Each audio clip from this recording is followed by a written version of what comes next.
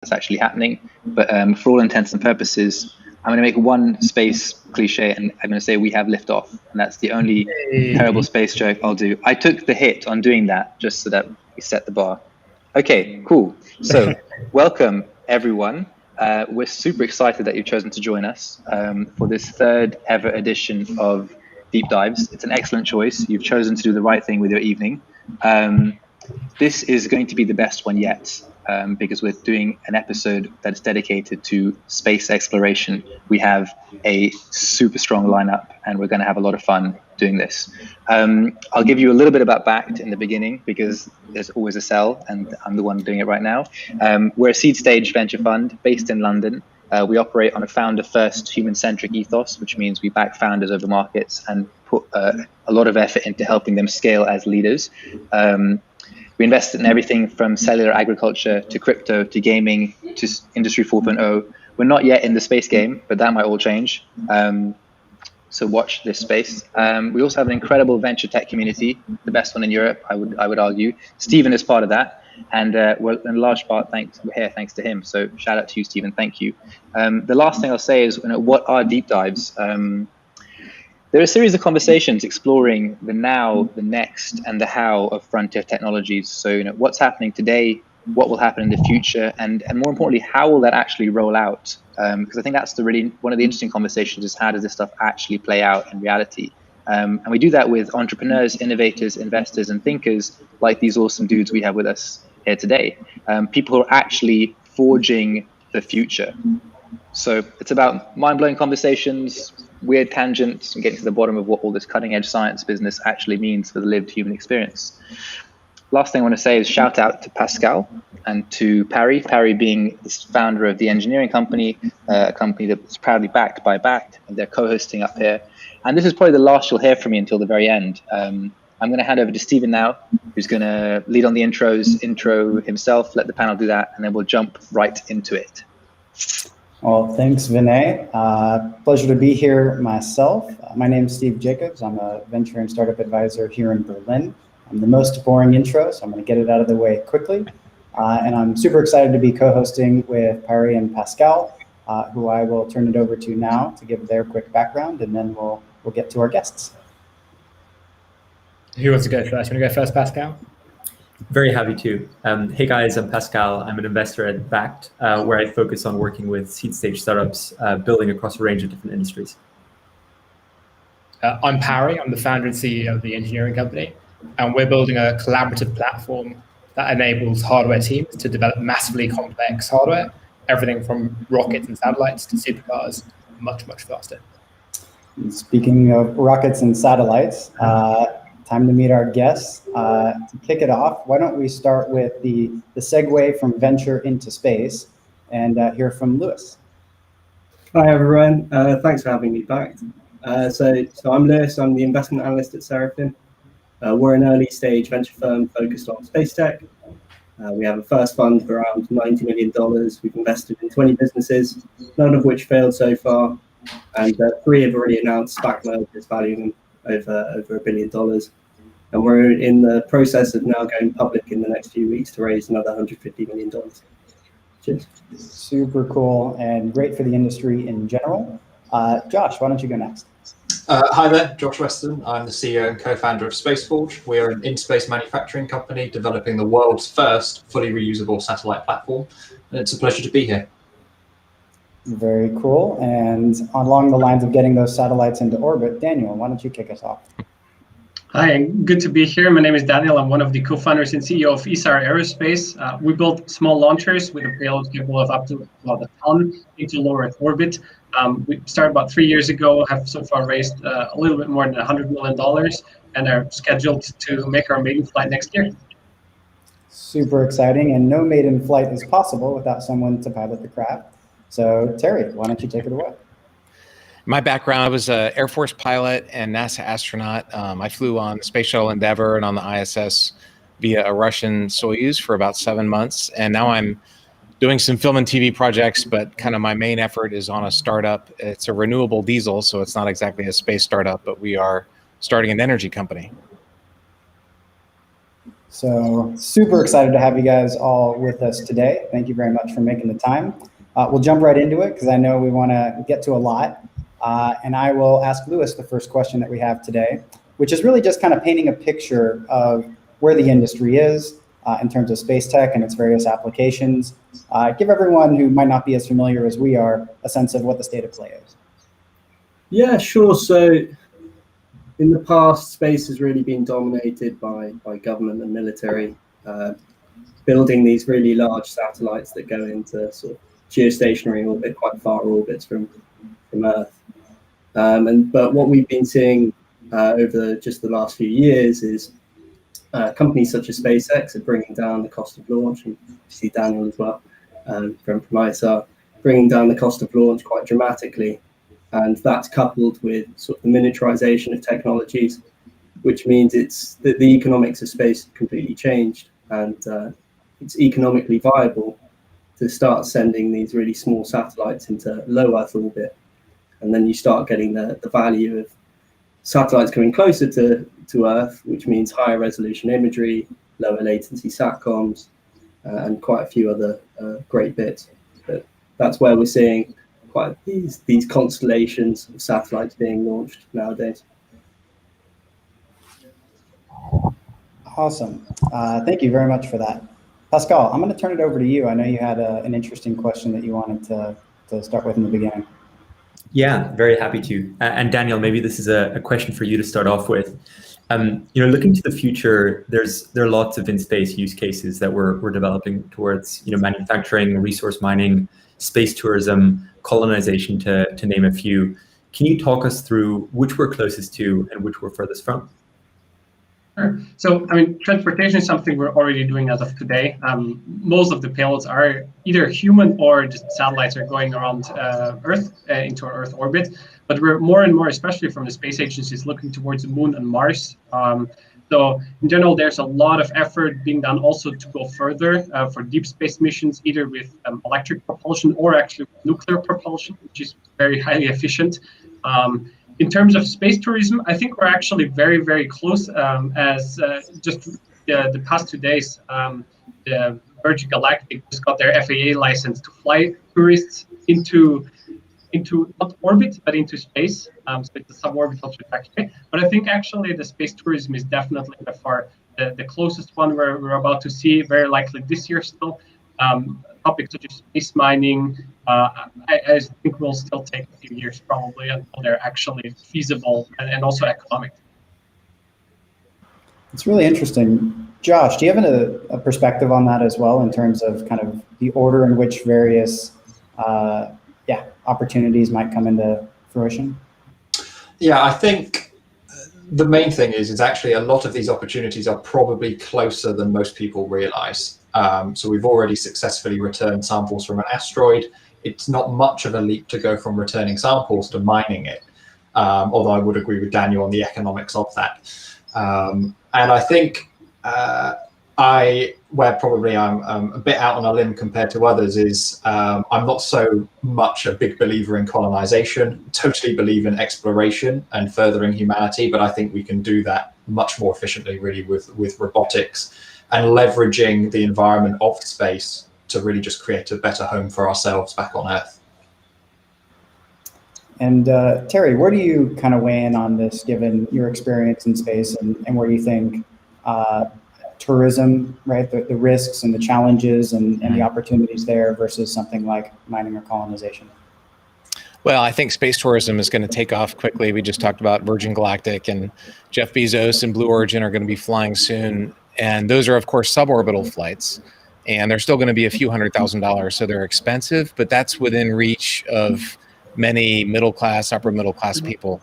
In order to get into orbit, you're still going to need to be in the 0.1%, because those flights are tens of millions of dollars. And that difference in energy between Mach 5 for a few minutes of weightlessness and Mach 25 for orbit, it's a lot more than 5 times faster when it comes to the danger and the energy. So the other thing, even going Mach 5, that's not easy. Like if fighter jets only go up to about Mach 2, and so to get into suborbital space is not safe is probably not the word.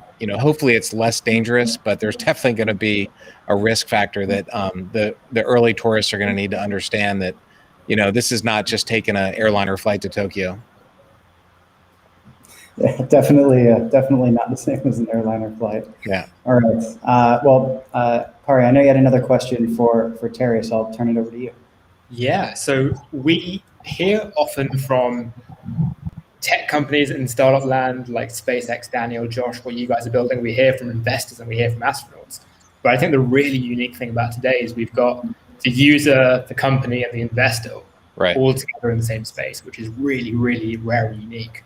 Terry, I guess specifically starting on you, what would you say are the things that the other two sets of stakeholders here, the investors and the companies, most often misunderstand about your role and your place in the larger ecosystem? Well, I think if I could just say one thing about that, it would be the importance of testing. As a test pilot and then as an astronaut, I could go on and on for an hour or hours about stories. You have to test things and make sure they work, or they might not work. So I installed the cupola on the ISS, and NASA just didn't want to test it. It sat 10 meters from Node 3 that we were going to attach it to in the launch room for years, and they wouldn't spend the money to make sure it fit. And when we got to space, it didn't fit. And so we literally spent a few days going, we might have just ruined our entire mission. We finally squeezed it in there with like a centimeter of, anyway, it was very stressful. And it all boiled down to not testing it. So you can't over test and make something a government program where it costs billions of dollars, but you need to do a little bit of testing or you're just going to fail every time. So I guess my advice is don't forget the role of testing in an operational environment. Do you think that's are we doing less than what we should be doing today? Is that an untapped opportunity for investors and companies? Or is it just a change in mindset on how we all operate? I think if a company could figure out how to do testing efficiently, that would be a real value add. Because startups, they may I want to manufacture this thing in space, or I want to make a cheaper rocket engine, but they may not have that testing experience, and that would definitely be an opportunity. I'd never thought of that, but that's a need for sure. All right. Well, the next $1 billion startup idea has come from Terry at today's. There you go. It's a unicorn. Well, let's let some of the other folks weigh in as well. I guess maybe Daniel, what do you think, kind of from a space tech startup perspective, what do investors and astronauts, if you will, not understand about the industry that you see? So first, I really can underline what Terry said. Testing is probably by far the most important thing ever, especially when building a rocket. Our testing team in the company is by far the biggest. So about a third of our company is just for testing, building test rigs, actually doing the testing operations, which is quite massive. And so, yeah, fully agree here. On the investment side, difficult to say. Probably that you really can't always predict what's ahead of you because you're just at the edge of what's technologically feasible. You can predict whether you need 2 or 3 iterations. You just can't. You can take the smartest people on Earth. You can simulate the hell out of pretty much everything. But at the end of the day, you still need to put it to the test rig. And you might actually just realize, hey, you need 2 iterations. You might need 3. You might need 17. So that's just something which comes with the space industry and which I think definitely everyone should know and be aware of. Yeah, hindsight's 20/20, right? So it's easy to say you should have tested for that, but it's hard to predict everything that could go wrong. It's a fair point. What about from your perspective, Lewis, from the investor angle? What do the other folks perhaps not understand that is top of mind for you? Yeah, unfortunately, my answer is going to be relatively boring compared to the other two. I'd say biggest thing is we can't really make investment decisions sort of independent into each of the different businesses. So we are governed by our portfolio strategy. And so, for example, we've got to invest into a certain number of companies at a certain stage to maximize our chances of picking out an outlier for a 25x return or so on. And so it's often quite hard to have to reject companies. based on that, not because they're bad companies, just because it just doesn't fit your portfolio and your need at the time, which is a shame. Got it. Super. You weren't lying. That was. Sorry, go ahead, Vinay. I was going to say, Terry has completely transformed my definition of work-related stress with his answer. Yeah. That was a stressful night. We went to bed thinking the cupola didn't fit, and we woke up and they said, give it a shot. I mean, that's a story worth telling another time, isn't it? Incredible. It's a chapter in a book, actually, about testing. A friend of mine wrote a book about space operations. He's a university professor, and that was one of his chapters. Out of curiosity, do you know what the book's called? I don't. His name is Greg Chamitoff, and it's a textbook, so I'm not sure. He's supposed to give me a copy, actually. I'm not sure if it's out yet. It should be out by now. It's been a year or two since I wrote that. Awesome. Greg, if you're listening, come on. Get it together. I could shoot him a text.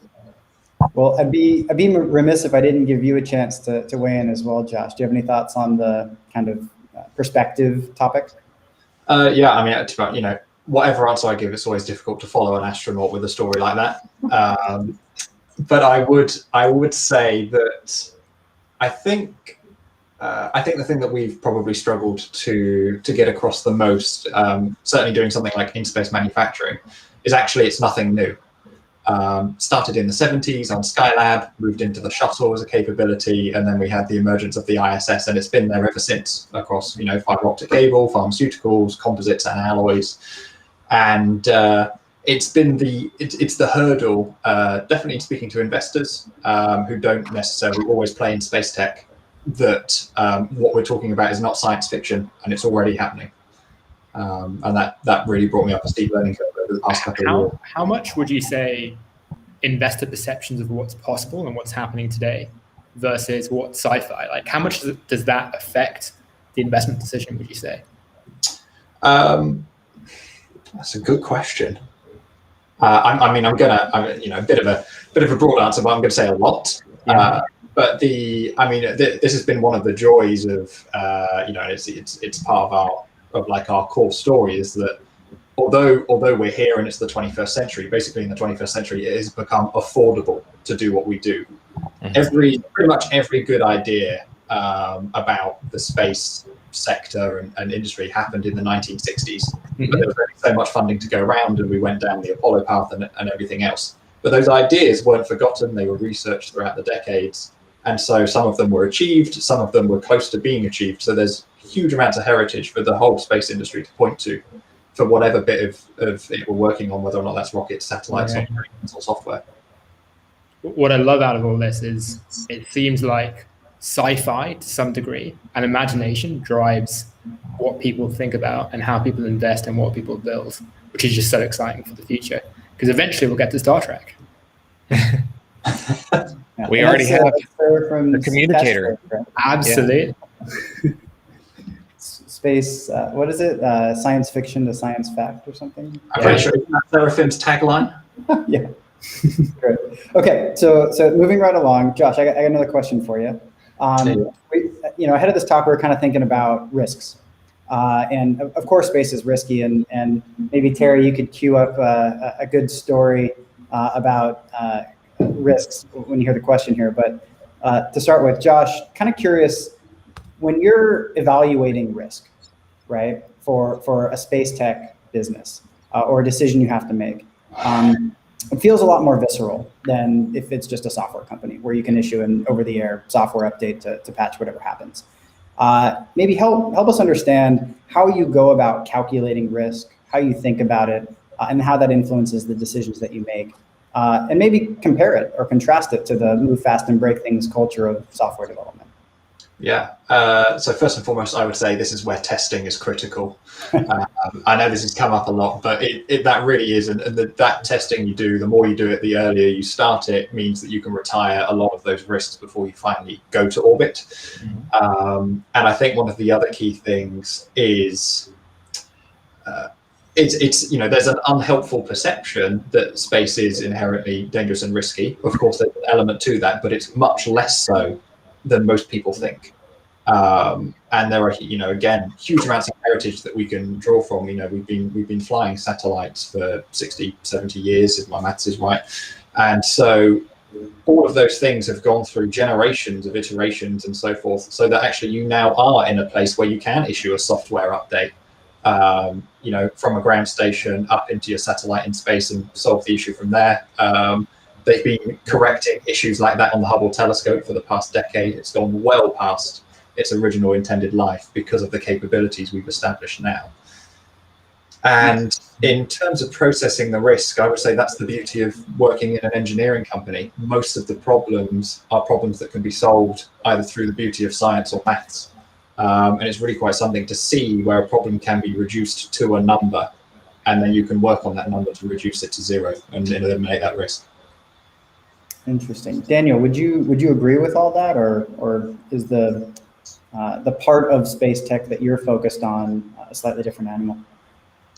I mean, it's not just a technical risk. I think for technical risk, you can do a lot of simulations, a lot of testing, failure mode effects, criticality analysis. There's a lot of simulations you can do. But I see actually in building a space tech company, there's much more around it. There's financial risk. Probably there's a few companies not here on the panel today because they have not been able, unfortunately, to raise some funds, and they have actually not survived it. We are probably never going to hear of them anymore. Then there's obviously the team. At the end of the day, a space company is a company as any other. You need to get along as a team. If the team doesn't work out well, then also your tech doesn't really help much if you don't have the team. And at the end of the day, I also think with deep tech, it's also all about timelines. So timelines definitely is also always a risk, which is quite hard to actually estimate and predict. Got it. Interesting. The team vision does seem far more vivid in a company that's doing space tech in terms of the mission that you guys are on, as opposed to enterprise SaaS, right? I do. Yeah, absolutely. I mean, one day enterprise space will become like enterprise SaaS, and then we'll space as a we'll be on service. Mars by then. Yeah. The spirit definitely is there in the entire company. Yeah. Can I throw something in about risk real quick? Please do. Yeah. So another space story. When I was on the space station, I had to maneuver it to avoid some debris that the Chinese had created 7 years before in a military anti-satellite demonstration. And that debris is going to be there for a very long time. And the proliferation of small satellites now is pretty intense. I mean, there's thousands, there's going to be tens of thousands of these. It's not only SpaceX, there's Airbus, there's several companies that want to get up there and get the broadband up there. And if you're at, say, 200 kilometers, 300 kilometers, your satellite will decay and burn up in Earth's atmosphere. If you're 400 and above, it's going to take decades or centuries. And if you're, 1,000 kilometers and above, they're never going to come down. So if you have 10,000 satellites, if 99% of them work and eventually deorbit themselves, which that's not exactly the plan, you still have 100 satellites up there just flying around. And when they hit each other, they cascade. It's the Kessler effect, and it can be really, really bad. And it's debris that can never be cleaned up. And now there's startup guys here. You guys are smarter than I am. There's probably a lot of people that want to start companies to clean up space debris, but that is a tough problem because each one of those things is going 8 kilometers a second in a different direction. So the point I'm trying to make is, like, if you look at, from my perspective, when you look at the threats that face humanity, there's like the demise of democracy, climate change, the massive debt we have. There's some really big problems that we're facing. But I think space debris is the problem that nobody knows about, nobody ever talks about. There's this massive race to put as many satellites in orbit as possible. And I haven't seen a good mitigation plan to make sure that those satellites get deorbited at end of life. And we're leaving a problem that will be there forever. The rest of human civilization will have to deal with the mess that we're making in orbit. So I think we need to roll that risk into our plans. Terry, just to sort of riff on that, I think one of the things we hear often is the work that NASA and SpaceX are doing are incrementally lowering our risks and making space more risk-free and reusable and so on. Do you worry that the proliferation of space companies and money going into space and hardware going into space and the space junk issue is going to perhaps add risk that perhaps isn't there today. The space junk issue could potentially make it not accessible. Yeah, that's not risk. The risk would be 100%, right? So, right. It's not going to make all of space inaccessible, but if you get enough satellites running into each other, that orbit would be not usable. And so, nations need to stop blowing satellites up. There was another military test. I think the Indians did one 2 years ago. But B, they're just going to happen by accident. It's a big sky theory, but if we put enough junk up there, it's going to hit. They're going to start hitting, and the more that hit each other, the more clouds of debris that is created. So it's just a problem that I think we need. And we need to study it, but there's no good international organization for airplanes. There's ICAO. There's like in the U.S. it's the FAA. There's a international FAA. That's why I can take a flight from Houston to Dubai to London, and it's all the same procedures. We all agree on how to fly airplanes to make sure they don't run into each other. There's nothing like that for space. There's been some weak treaties. The United Nations has a space organization that has no teeth. And we really need to figure out how to have a space ICAO, not a space force. That's different. I'm just an agreement on, okay, here's how we're going to keep space decluttered. Because it really, like climate change will end in a few centuries. That's not a permanent problem. We're not making any more dinosaurs. But that satellite debris is going to last forever. And so, we need to the future generations are going to be really pissed at us. I think. I mean, they would be pissed at us anyway because we fucked the ocean up, but that's... Yeah. That's not true to space too. Extinction is forever and space debris is forever. Exactly. Jumping in here. Sorry, go ahead. No, I just had a quick follow on that for Lewis. Which is from a perspective of a venture capitalist talking to a bunch of companies, what are you seeing in terms of companies come to you with solutions to clean up space debris? Is that common? Is that uncommon? Yeah, absolutely. So, I mean, just following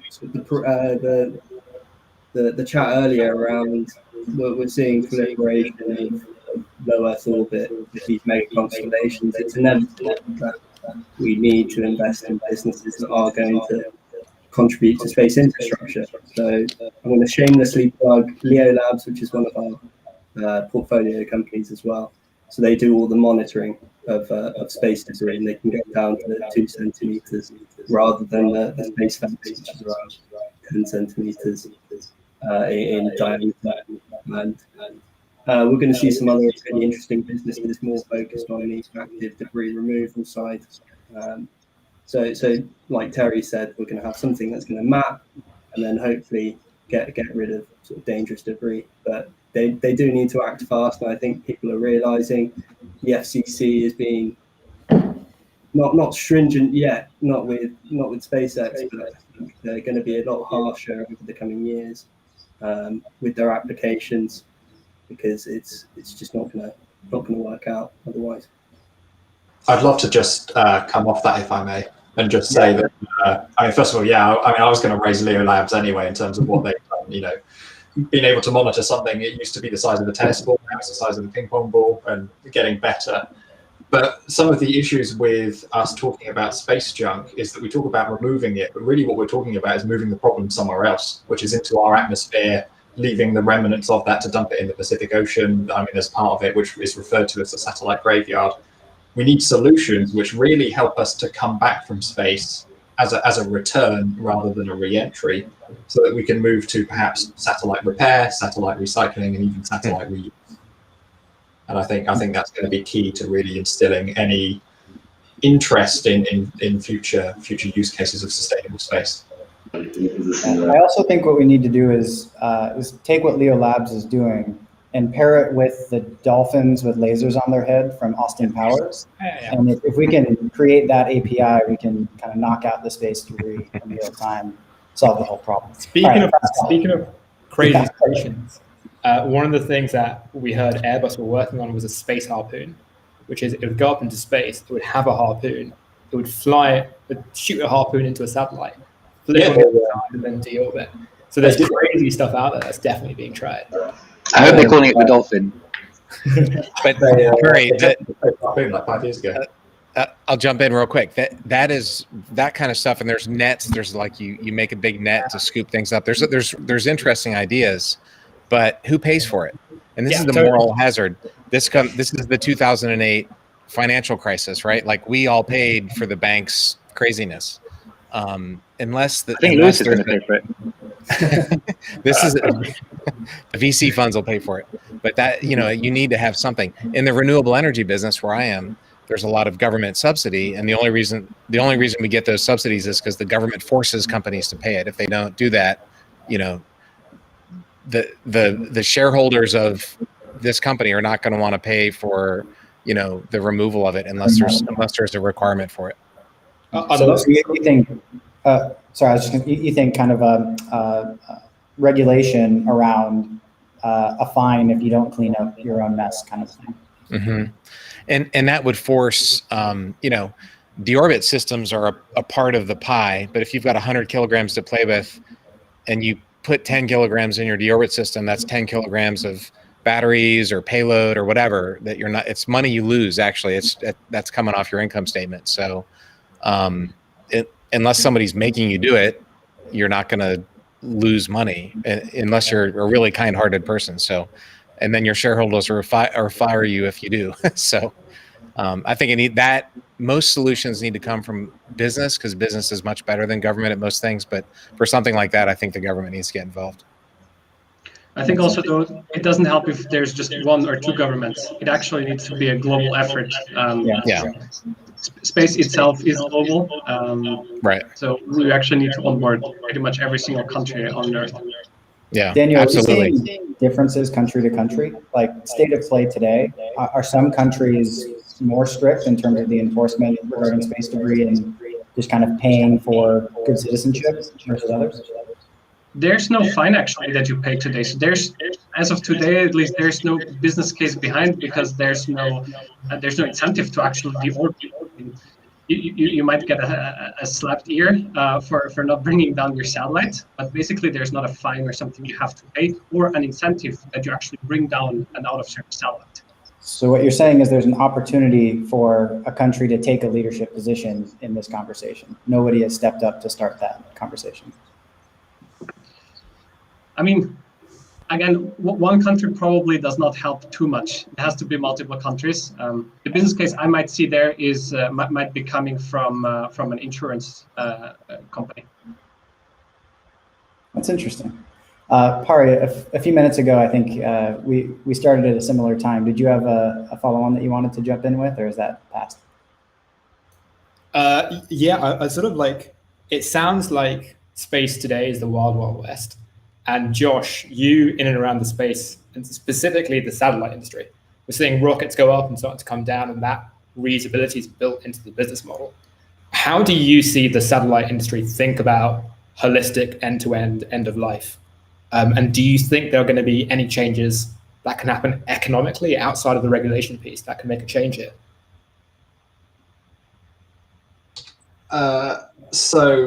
Yeah, I mean, comparing rockets to satellites is difficult. I mean, basically, while the cost of rocket and launch has come down, almost tenfold in the past 25 years, the build, design, test, and cost of a satellite hasn't really.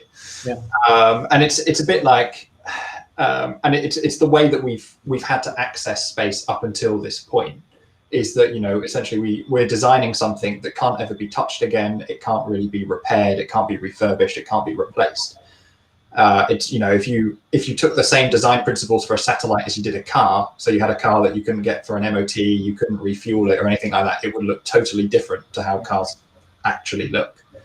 Now we're kind of getting to an inflection point where people are beginning to think more around how can I leverage design iterations or potentially even in-flight repairs to a satellite in order to start shifting that change. But when it comes to the kind of end of life outside of regulation, not many are thinking about it right now. There are service providers getting stepped up to provide kind of last mile transportation services and kind of end of life disposal, but very few people are actually building it to their system, because, and I hate to say it, but it's really difficult to separate from the regulation. I mean, it takes years. It takes 10 years for new debris regulation to come out, and it's probably already 25 years old. And so that's the thing, is people are happy to comply with the current regulation because it almost is irrelevant. So I think we need to see kind of much better or fast moving interaction between the economics of doing it and the regulatory side, unfortunately, to really make it work.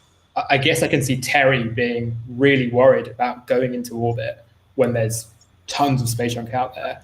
Do you guys worry as well on the economic side of the impact that space junk might have taking out one of your satellites, for example? Oh yeah. I mean, I will caveat our satellites are quite small, so we could stomach the economic loss of a platform, despite being a startup, which is a pretty good, healthy position to be in. But yeah, I mean it's one of the things that keeps me up at night is really that proliferation of satellites in low Earth orbit, and everybody's, we're working in a congested area. It's like trying to work in central London from your car. It's really where we're going with space traffic. So I think, I think I even saw recently that UK government is setting up like a space traffic management center or something like that, really to get people to talk to each other around where their satellites are going to be and stuff. And I think, while we can begrudge a lot of the broadband constellations, they are developing a lot of inter-satellite links and telemetry technology to help map and prevent those sorts of collisions that we've been talking about. Nice. Lewis, it kind of seems like finding and funding a satellite or just space debris cleanup startup would be a sort of insurance policy for you as a space tech investor across kind of all the companies that are essentially potentially going to be impacted by that in the future. Any thoughts on that, or have you guys had a discussion around the need for that within a healthy space tech portfolio? Yeah, which is so we're obviously very cautious to touch every part of space tech at the moment. So we're quite well exposed to the different areas of space tech, and that area is definitely picks and shovels. And we invested quite early into Leo Labs because we did believe there was a need for that technology, and we will look towards sort of in-space services with our new fund as well. So definitely agree. And I mean, you touched on the word insurance. There'll be a lot of businesses like Leo Labs that after mapping all this different debris, they're going to start offering insurance to these different satellites because they have all that data. So yeah, quite a lot of our companies also work with Leo Labs to have access to that platform, and then it feeds them conjunction messages, which tells them whether they're going to run into a piece of debris or not. Statistically, it's not as big a worry yet. It's just trying to get stuff in place for when it definitely is. Makes sense. All right, Pascal, I know you've been itching on one of your questions over here, so I'll turn it over to you to set us down a new trajectory here to make a space come. Very happy to. So kind of touching on one of the topics that we briefly touched on previously, being kind of government, maybe Daniel, a question for you to start off on. Space tech feels highly politicized at the moment. What's your take on the approaches that different countries are taking to drive space tech innovation and the differences inherent to those? I think it's just natural that it is politicized, as the entire space industry basically was born out of the defense application of actual rockets flying to space. So I think different countries have very different approaches as of today. The US, for example, has gone for a lot of things very, very commercial, with the government just procuring a lot of commercial products. Very different, for example, China doing almost everything, mostly on a governmental level. Europe kind of being stuck in between the two. Sometimes wanted to innovating a lot of things, wanted to get more commercial. Sometimes not really getting out of their shoes. But I think we're starting to get on track here in Europe as well. And overall, I think the drivers are just different. For some countries still, the defense applications are just the biggest drivers, including the US. I mean, the government spending that we see that actually goes into space for defense applications is enormous. For example, in Europe, we don't see that at all. In Europe, we have mostly science, mostly Earth observation. So there's very, very different focuses in terms of what the governments, or in that case, different nations, which were brought together, are looking towards in space. Super. Got it. Go ahead. Yeah, I was just going to dig in there. You're of course a founder building out of Europe, and you mentioned some of the initiatives that Europe was driving as well. Would love to get your take on the initiatives that Europe has been championing, and how governments generally in Europe are working to kind of make Europe a great place to found. So I think in general, Europe has a massive amount of talent. So I think we actually do not lack the founders. What we've been lacking so far was more the actual financing, I see. So good that actually we see more and more also non-space funds investing in space. We're lucky to have brought in about 4 or probably even 5 VCs by now, where ISAR has been the first space investment. So previously, sometimes even having done only software investments, like Earlybird, for example. But we're seeing more and more space tech being kind of common, and that again becomes a driver for the entire industry. Whether you go towards Earth observation, whether you go towards full connectivity, there's so many different applications. It's just about what we can, or what we need to imagine ourselves that we can actually do. But especially out of Europe, I don't think actually the founders are a problem there.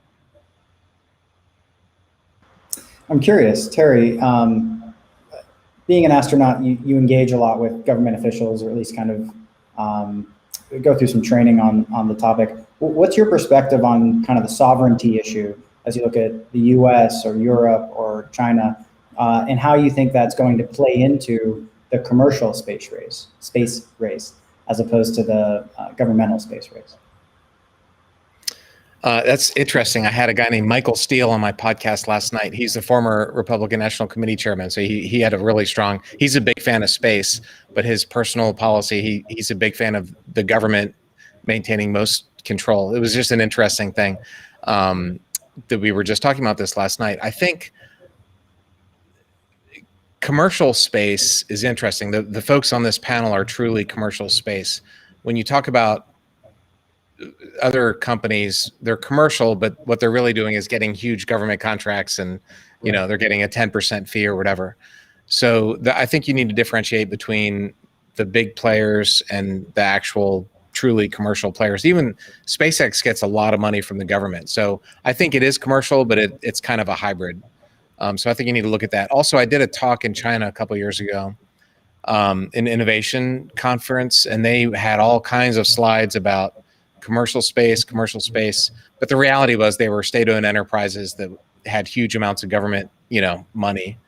And so I think in the same way that Boeing and Airbus have been going at each other's throats for the last 30 years over government subsidies, is a direct subsidy the same thing as a military contract? The same, I think those arguments are going to start to pop up in the space world. When you talk about broadband providers or commercial imagery providers, or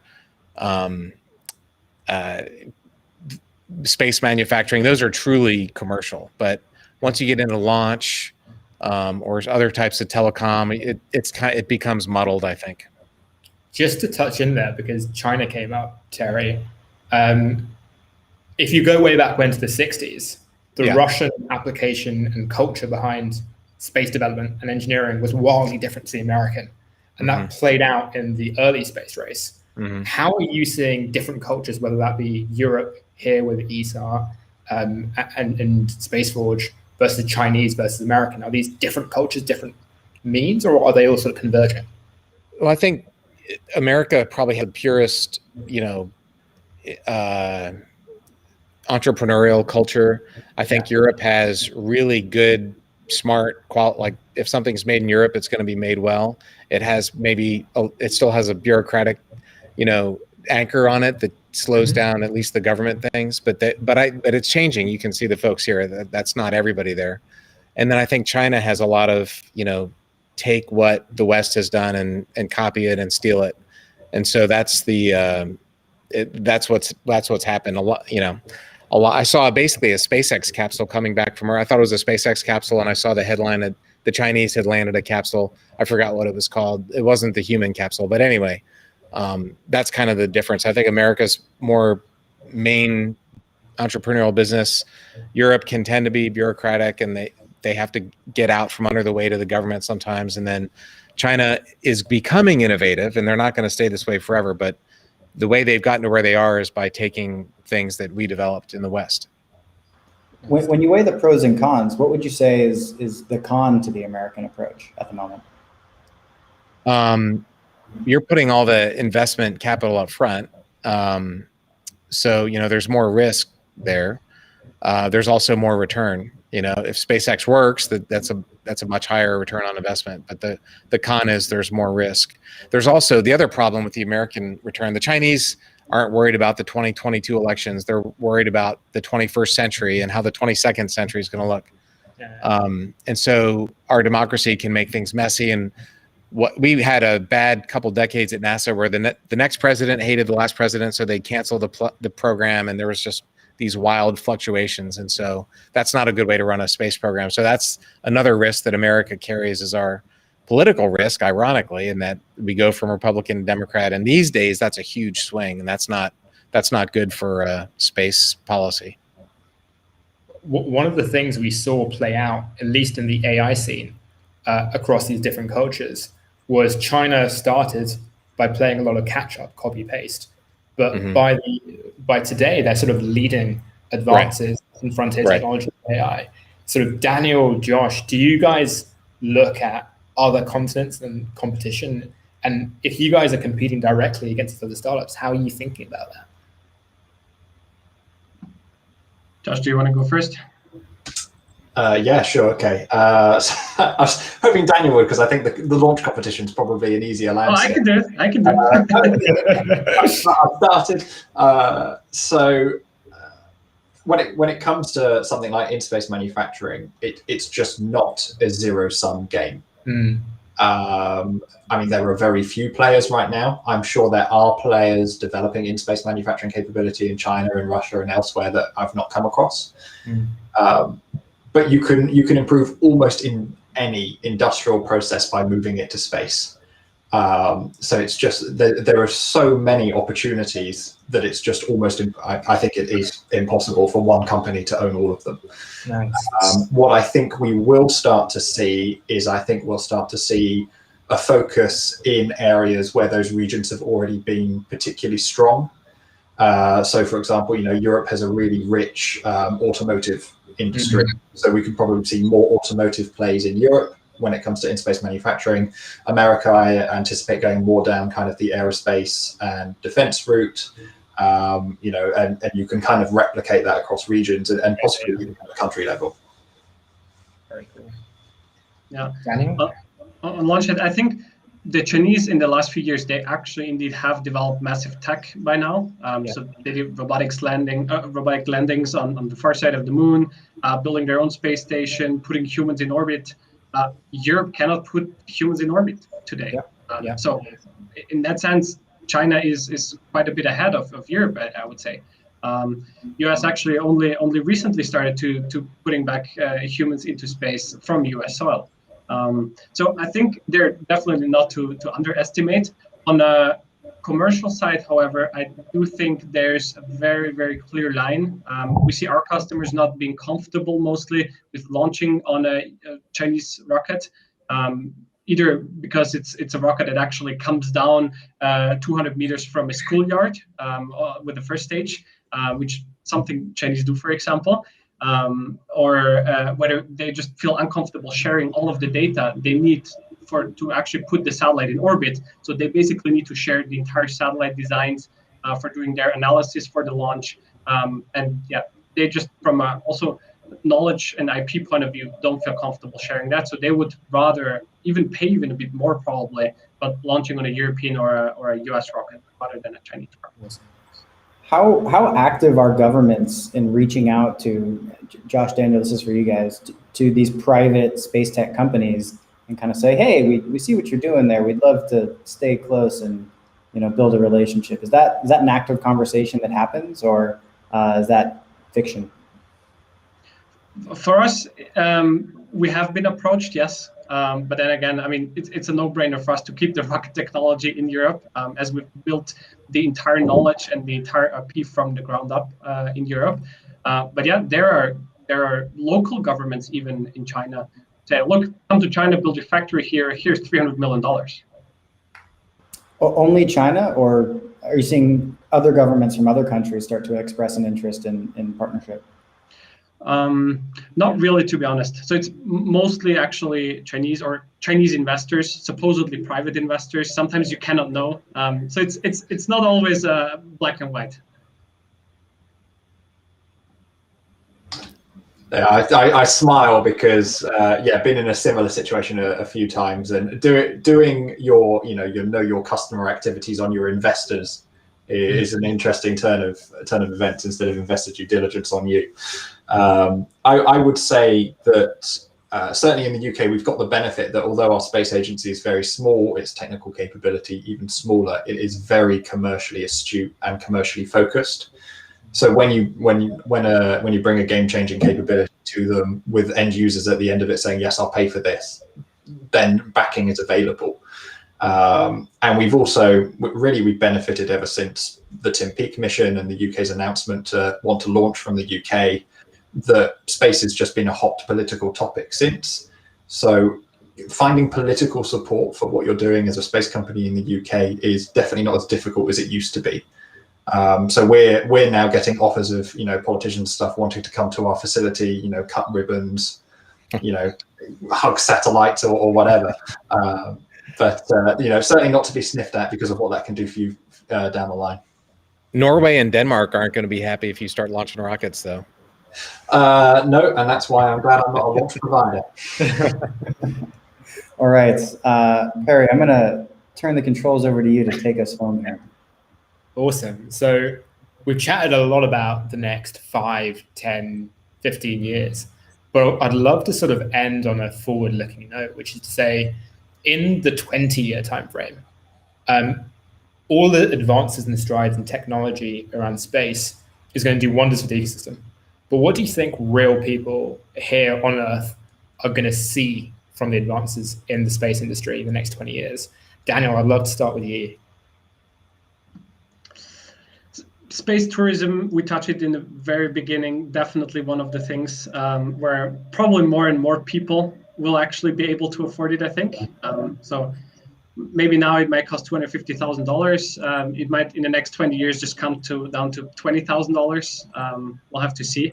I think, even as of today, a lot of people are using more space tech than they would actually think. And I think this will actually just get more and more with space tech going very, very vertical in pretty much every single industry, whether it's insurance, whether it's agriculture, whether it's financial analysis of some big corporations, whether it's oil tracking or water tracking, etc. So definitely going into a lot of different industries, and I think this will probably be also the breakthrough for the space industry. When you actually go on space conferences, the sad thing is you're always meeting the same 200 people, more or less. It's a very small industry, actually, to be honest. But really, what we're going to see, I think, in the next 20 years is the space industry and space products entering pretty much every single other industry, from communications, IoT connectivity, Earth observation, and a lot of automation based on top of that. And then obviously some moonshot topics such as what I would love to see some thermonuclear propulsion rockets going to some exploration missions. I think it's definitely in there in the next 20 years, but again, only if people actively work on it. Awesome. Well, I am ready to pay my £2,000 to go on a flight to be the next Terry Virts and be an astronaut suborbitally, at least. Lewis, how do you feel? You're getting to see the entire ecosystem. What do you think the greatest impact is going to be? Yeah, well, I think Daniel answered that really well. It's just going to have such far-reaching implications. One I'm probably most excited about, SATCOMs. I think the idea of just bringing all these different satellites down to LEO to get full coverage of Earth, it's just going to connect the 2 or 3 unconnected billion unconnected people, and then we're also going to have all devices connected. So that'll have some wonderful implications. Moves us beautifully to satellites and in-space manufacturing. Josh, do you think that in-space manufacturing is going to sort of begin in its truest form of factories in space in the next 20 years? Well, it would be remiss of me to say anything otherwise. I think really to understand where we're going in the next 20 years is you kind of have to look at the previous 20 years. I mean, that's how long we've now been permanently living on the ISS for. And that was a huge turning point in how we used space. Really before then, we were it was almost like an extractive industry, like we were drawing water from a well. Now with the ISS and the ability to always perform research on orbit and start to move into commercialization, we've moved away from drawing water from a well really to like a water mill, so that we're just keeping going and churning through that commercialization. So it's not even that we're going to be making things in space and using them on Earth. It's the fact that people on Earth won't even know they're using something that's been made in space. If that's for telecom, they won't know that they've just gone out of range of the latest 6 or 7G tower, and instead it's swapped to a satellite communication while they're on the road. It's almost making space boring or part of everyday life that I think is really the critical thing to do in the next 20 years. Is that, as Daniel says, you do go to space conferences and it's the same 200 people every time, because only 10% of the industry is allowed out. And we go to these things and we talk about how what we're doing is really cool, and it is cool. We work in the space industry; it's the coolest place to work ever. But we need to be telling a much better story in how people use space and how it's already deployed, really, I think, to make that jump from being a space company to a company that happens to use space. Yeah. It sounds like what everyone is saying here is we want to make space boring and everyday and normal. But Terry, as someone that's been to space, that's been to the ISS, that's done spacewalks, how are you thinking about this in terms of what it's going to enable from a tourism point of view? Well, I think the next 20 years is going to be space tourism is going to take off, and it's going to become semi-regular. And that'll be great. The more people that go into space, the better Earth will be, I think. I think space manufacturing has a lot of potential. I think that's going to be another big industry that we see grow. And I think if we're ever going to do real human exploration, we need to figure out how to do nuclear propulsion. We need nuclear electricity to live on the moon or Mars, just to have enough electricity to keep the air conditioner running. But if we had that, you could also get there much faster. And I think the rockets we have now are just too slow. Nuclear thermal is great. I hope NASA has a program, which is great. I hope that happens. But you don't get real speed until you get to nuclear electric. And I would love to see that happen. For us to come up with a political will to do that and stick to it is going to be tough. But if we do, then we can do really great things in space. So I've got to ask a question, because we have a minute or two. Right. I haven't heard of nuclear electric engines. For the lay person, can you walk us through how that's different than other rocket engine types? A normal rocket engine is a chemical engine. You burn a fuel and an oxidizer. In your car, you take petrol, it burns with the air, oxygen in the air, and it makes fire, right? That's what rocket engines do, a fuel and an oxidizer.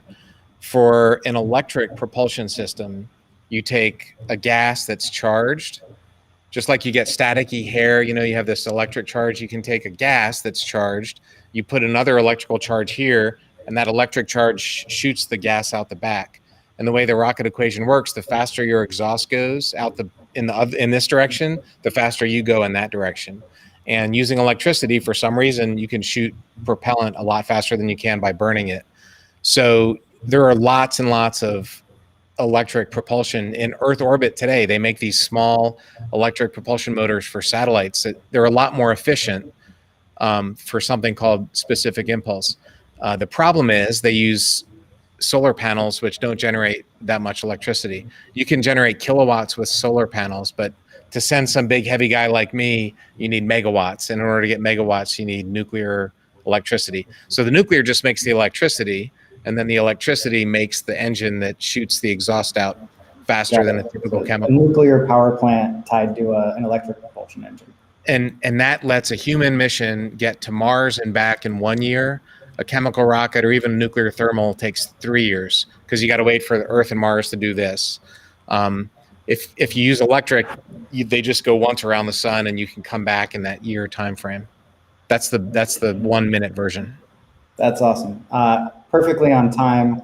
Vinay, well, first off, thank you to everyone for coming out, sharing your thoughts. This is a super lively, interesting conversation. Vinay, I'm going to turn it back over to you to do the curtain ceremony here. Thank you, man. I like what Terry said about, the more people we can get out to space, the better. And I was just thinking there's some people we should probably also just leave out in space once we get them there. They won't have heat shields. Yeah, that's maybe another business venture altogether. Guys, thank you so much for tuning in and hanging out with us. I thought this was pretty mind-blowing. Thank you, Lewis. Thank you, Josh. Thank you, Daniel. Thank you, Terry.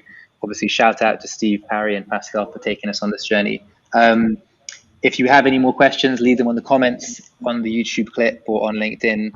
And otherwise, yeah, this was a lot of fun. This is why why as a VC fund, in many ways, we get into this kind of stuff, because it's just the cutting edge. It's what's exciting, and it's shaping the future. So thank you very much.